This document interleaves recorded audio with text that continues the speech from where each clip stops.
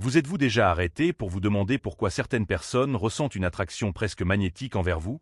Est-ce vraiment dû à votre charisme, votre apparence ou votre personnalité? Ou bien existe-t-il quelque chose de bien plus profond, opérant en secret sous ce que les yeux peuvent percevoir? Carl Jung, l'une des figures majeures de la psychologie, croyait que l'amour n'était jamais le fruit du hasard. En réalité, selon lui, les gens tombent amoureux de vous pour deux raisons profondes, toutes deux enracinées dans les couches cachées de la psyché humaine. Dans cette vidéo, nous allons voyager à travers les fascinantes révélations de Jung sur l'amour, la projection, l'anima et l'animus, et comprendre pourquoi les autres sont attirés par vous non pas pour ce que vous semblez être, mais pour ce que vous représentez dans leur monde inconscient.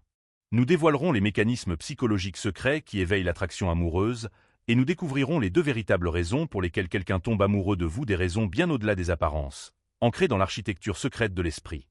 Avant de plonger plus profondément, assurez-vous de vous abonner à la chaîne Soul Engine et de rejoindre notre communauté sur Telegram, où vous aurez accès en avant-première à des vidéos transformatrices et à des enseignements sur le développement intérieur et spirituel. À présent, commençons. L'amour n'est que rarement un simple coup du destin. Beaucoup aiment romantiser l'amour comme une étincelle soudaine, un miracle imprévisible sans logique ni raison. Mais Carl Jung avait une autre vision. Même la connexion la plus immédiate, croyait-il, n'est jamais fortuite. Elle suit une logique intérieure profonde, conçue non par le hasard, mais par l'inconscient. Ce lien électrique que nous ressentons au premier regard est souvent l'aboutissement de processus cachés, silencieusement construits au fil des années. Des besoins émotionnels inassouvis, des blessures non guéries, des schémas psychiques en quête de résolution.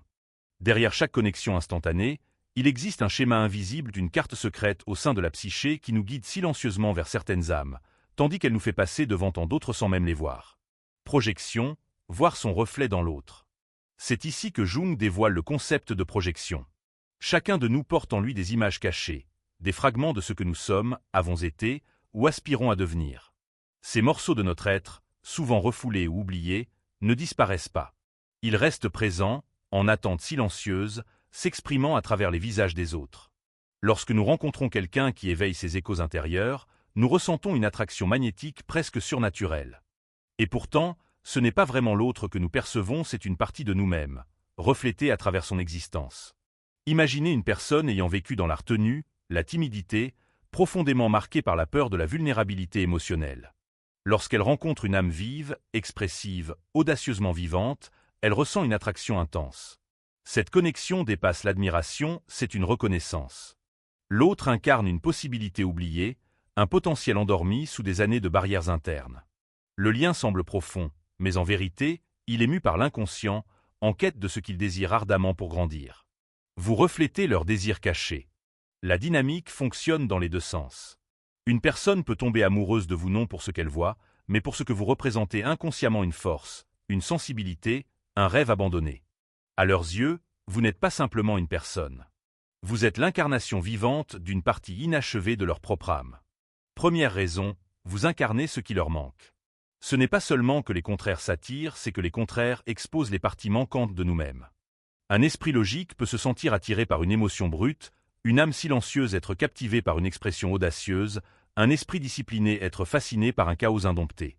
Mais ce qui commence comme une admiration peut vite évoluer en dépendance, si la personne ne réalise pas que ce qu'elle admire en vous existe aussi, à l'état de potentiel, en elle-même.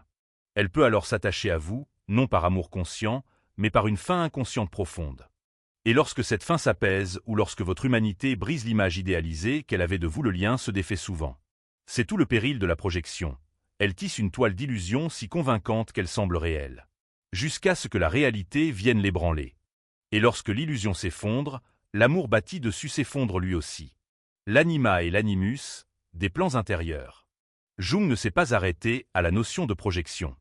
Il est allé plus loin, avec ses concepts profonds d'anima et d'animus, les archétypes féminins et masculins inconscients que chacun porte en soi.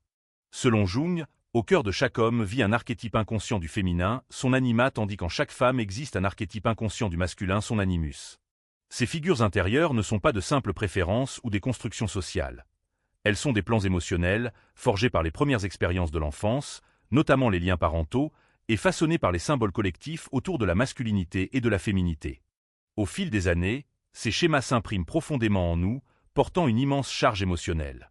Et un jour, nous rencontrons une personne qui semble incarner, avec une précision troublante, cette image intérieure.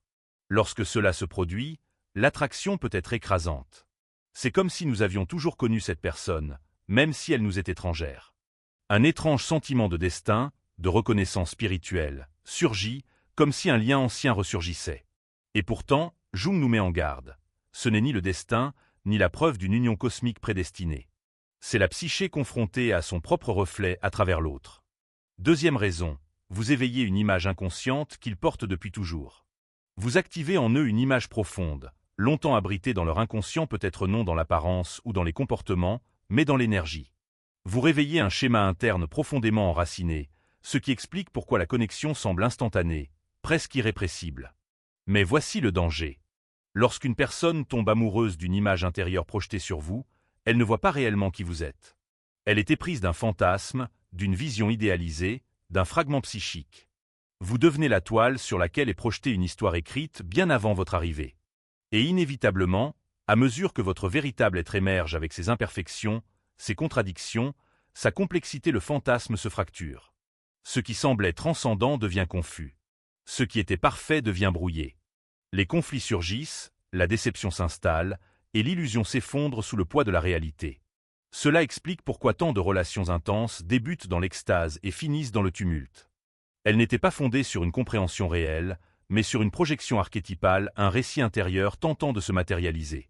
Et aucun être humain ne peut incarner éternellement un archétype.